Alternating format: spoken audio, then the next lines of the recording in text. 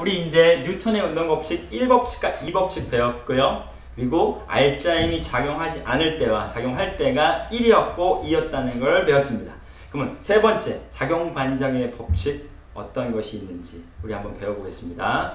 그러면 3법칙 작용 반작용의 법칙을 이해하려면 잠깐 실험을 보고 와야 되니까 실험 장소로 이동해 볼게요. 자, 여기 이동해 왔는 실험 장소에는 스케이트보드가 있는데 제가 이거를 가지고 작용 반작용과 관련된 실험을 해볼게요. 조심히 올라가서 벽을 향해서 손으로 힘껏 밉니다. 하나, 둘, 셋. 슈. 자, 이 실험을 가지고 이야기를 다시 해볼게요. 자, 그러면은 방금 쌤이 했던 실험이 이러한 그림입니다.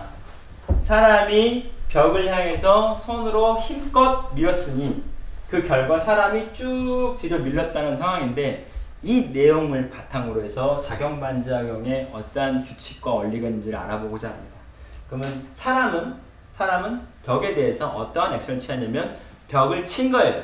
혹은 벽을 밀은 거고 벽에게 힘을 가한 겁니다. 그럼 우리는 이제 좀 정교한 용어, 물리학스러운 용어를 쓰면은 사람이 벽에게 힘을 가한 것을 그림으로 표현하고 설명할 수 있어야 됩니다. 그러면 어떻게 그리느냐? 사람이 벽에게라고 해서 힘받은 대상인 목적어인 벽에다 점을 찍습니다. 이 점의 이름은 작용점입니다. 그리고 힘의 방향을 화살표로 나타낼 때 오른쪽으로 힘을 가한 게 아니라 왼쪽으로 힘을 가했기 때문에 왼쪽으로 화살표를 그립니다. 그리고 힘이 존재했기 때문에 이것이 속도도 아니고 또 운동량도 아니라 특별히 얘는 힘이다라는 걸 설명해 주기 위해서 F라고 써줍니다. 그러면 이 힘을 우리는 F라고도 부르지만 근데 그 힘이 뭐냐라고 말한다면 이렇게 풀면 돼요. 사람이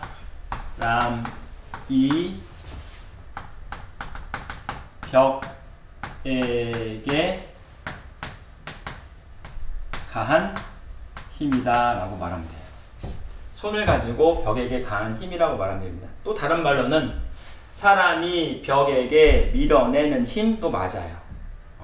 그러면 힘 F1과 F2가 동시에 생겼다는 것은 알겠고, 또 세부적으로 문장을 풀었는데 얘를 다시 한번 적어봤어요. 벽이 받은 힘, 사람이 받은 힘입니다. 그럼 문장을 봤을 때 가만 봤더니 주어에는 노란색으로 표현할게요. 사람이, 그 다음 벽은 목적어, 이렇게 표현할게요. 사람이 벽에게 가한 힘입니다. 그러면 이 벽은 어디냐면 바로 여기 와 있죠. F2 볼게요. F2는 이번엔 사람이 받은 힘입니다. 벽이 사람을 향해서 밀어낸 힘이죠. 그럼 이 두 가지가 동시에 일어났고 실제로 사람이 한 것은 얘였는데 갑자기 없던 힘이 생긴 거죠. 그럼 이건 무엇이라느냐? 이걸 작용 반작용을 하는데 그게 무엇을 의미하냐면 힘이라는 것은 결론 이겁니다. 힘이라는 것은 반드시 한 개만 존재하는 것이 아니라 한 쌍이기 때문에 두 개다라는 거예요. 우리가 아무리 어떠한 힘을 가하는 행위를 하더라도 반드시 그게 행위 하나라 할지라도 힘은 두 개의 한 쌍을 이룬다는 겁니다. 그리고 그 힘의 쌍을 이룰 때 규칙은 뭐냐면 주어와 목적어가 서로 교차가 된다는 거예요. 슉. 어려울 수도 있겠지만 또 다른 예시 상황 하나 보고서 얘기해 볼게요. 이게 책상이라고 가정해 봅시다. 책상인데 우리가 주먹을 가지고 갑자기 기분 나쁜 일이 있어가지고 아이 했어요.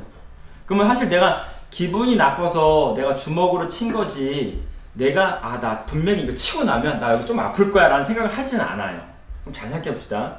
주먹이, 아까처럼 주어 목적어, 주먹이 책상을 가하는 힘 했어요. 주먹이 책상을 가하는 힘이 어떻게 그려야 될까요? 아래로 그려야겠죠? 이 그림처럼 그리려면 아래로 힘을 가했습니다. 근데 왜 내 손바닥 밑이 아프냐고요. 이것도 작용 반작용 현상인데 그걸 한번 알아봅시다. 아까 말했던 책상을 향해서 주먹을 치는 이 상황을 가지고 그림을 그려봤는데, 주먹이 책상을 가하는 힘을 그려볼게요. 주먹이 목적어인 책상, 작용점을 그리고 아래로 그립니다. 얘를 F1이라고 합시다. F1이라고 쓰고 F1을 가지고 풀어볼게요. 주먹이 책상을 가하는 책상에게죠, 에게. 책상에게 가하는 힘 하나 있어요. 그리고 나서 반작용을 생각해 봐야 되는데, 반작용에 대한 얘기를 할 때 작용은 나왔다 이거예요. 반작용은 잘은 모르겠지만 내 지금 여기가 아파요. 지금 딱 씻으면 아파. 그러면 아, 적어도 내 주먹도 힘을 받았구나라고 우리는 경험해서 안다는 거죠. 그러면 아, 주먹도 힘 받았으니까 여기다 그릴까라고 생각이 들 수도 있겠죠. 여기가 아프니까. 근데 여기다 그리면 뭐가 문제가 되냐면, 사실 얘도 손의 일부고 얘도 손이고 주먹이기 때문에 주먹의 질량 중심에다 그리는 게 가장 좋고, 작용점을. 그 다음에 여기다 그리면 약간 멀리서 봤을 때 얘가 책상인지 주먹인지 구분이 안 가요. 확실하게 하려면 질량 중심에다 하는 게 가장 좋고, 또 그릴 때는 두 개는 같은 직선상에 존재해야 됩니다. 이게 힘을 그리는 방법인데, 얘를 F2라고 써볼게요. F2. 그럼 F2에 대해서 우리는 뭐라고 부르냐면 반작용이라고 부르고요.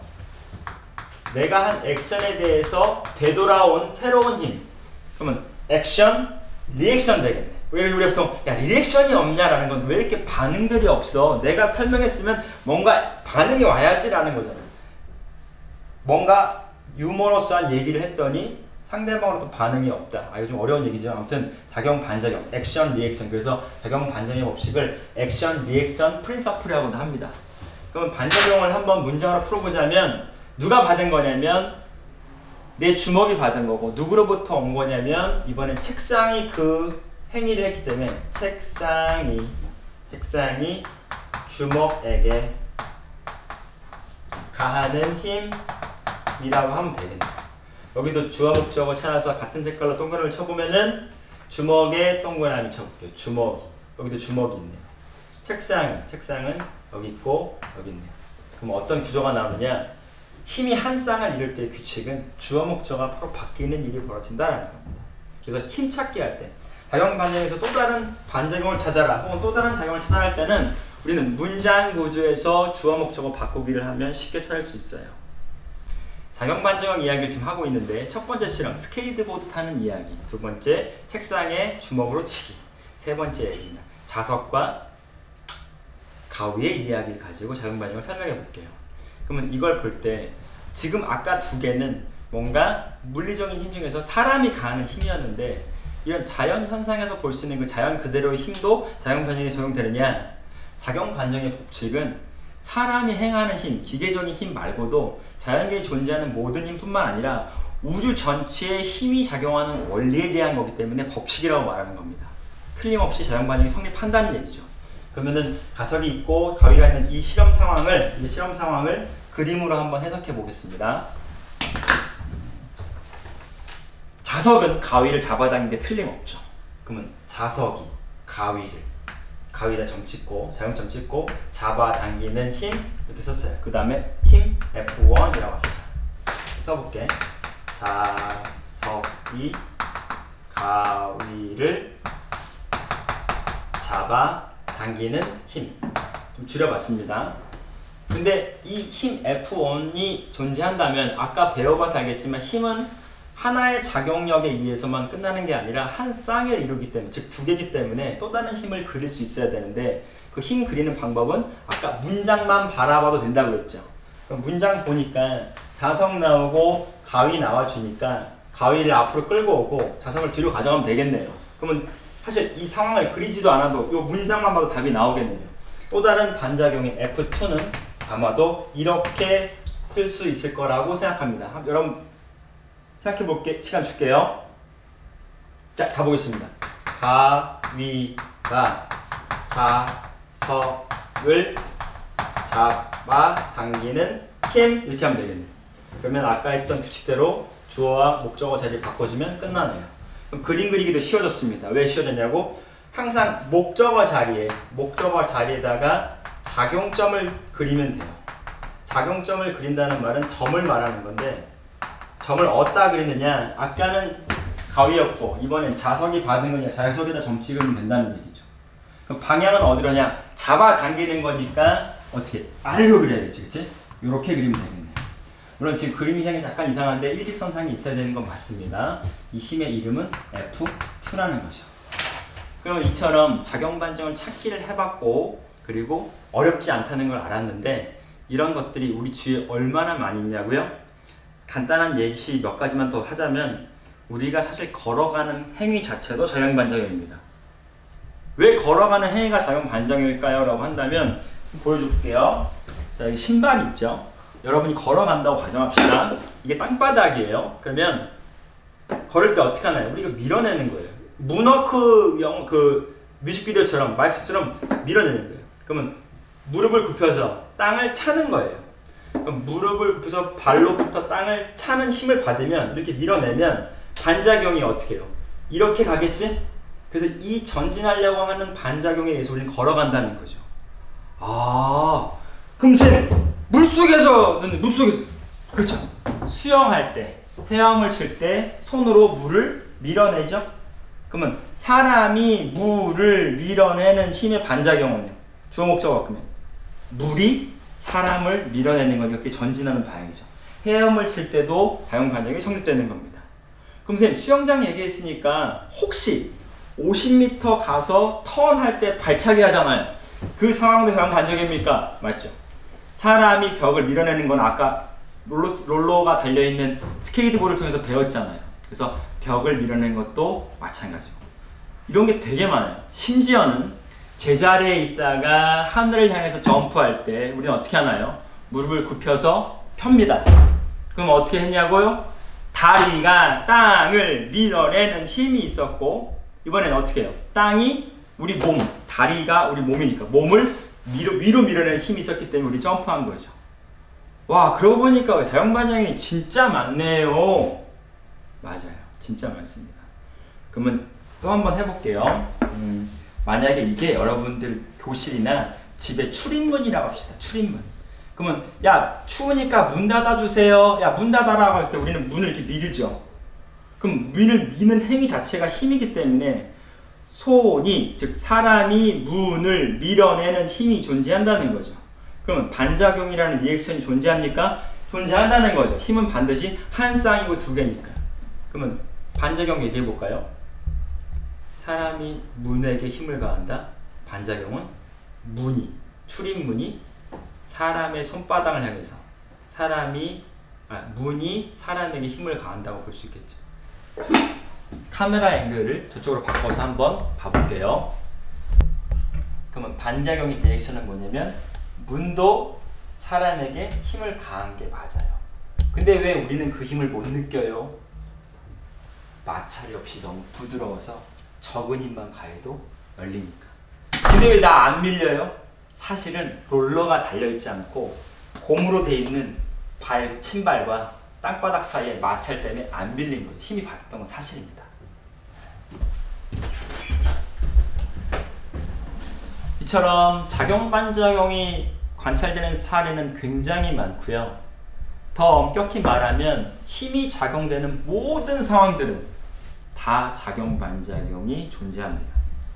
근데 왜 우리는 작용반작용 단원에서만 작용반작용을 물어보나요?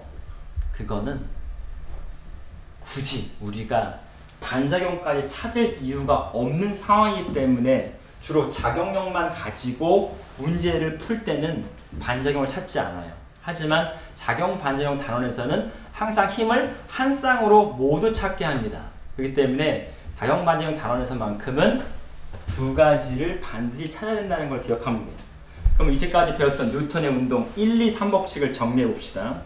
세상에 존재하는 모든 운동을 다 모은 대형 집합이 있다면 그 집합의 작은 부분은, 매우 작은 부분은 등속도 운동이고 등속도 운동의 원인은 R자인 모든 힘의 총합이 0이었다는 것이고 그 등속도 운동을 제외한 나머지 여집합은 가속도 운동인데 가속도 운동은 등속도 운동을 제외한 나머지다. 우리가 바라보는 모든 운동들이다라는 거죠. 그래서 하다못해 지금 이 작은 테이프도 하늘을 향해서 올라갔다 내려오거나 아래에서 위로 던지거나 하는 모든 것들도 다 무슨 운동이냐라고 말하면 그거 아래에서 위로 던지는 거라고 할 필요 없이 가속도 운동입니다 라고 말하면 끝난다는 거죠. 그래서 가속도 운동의 원인은 무엇이었느냐? 이 법칙에 대한 얘기죠. 힘이 작용했기 때문에 일어난다는 겁니다. 그러면은 자유낙하하는 물체 운동 원인을 얘기해보라고 하면 이렇게 말할 수 있어야 됩니다. 그거 통합과학 때요 선생님 그 중력이라고 배웠어요. 중력이 작용하니까 자유낙하해요라고 배웠다고 우리는 기억합니다. 그러면 중력이 바로 물체의 운동에 개입했던 알짜임의 한 부분이 된다는 거죠.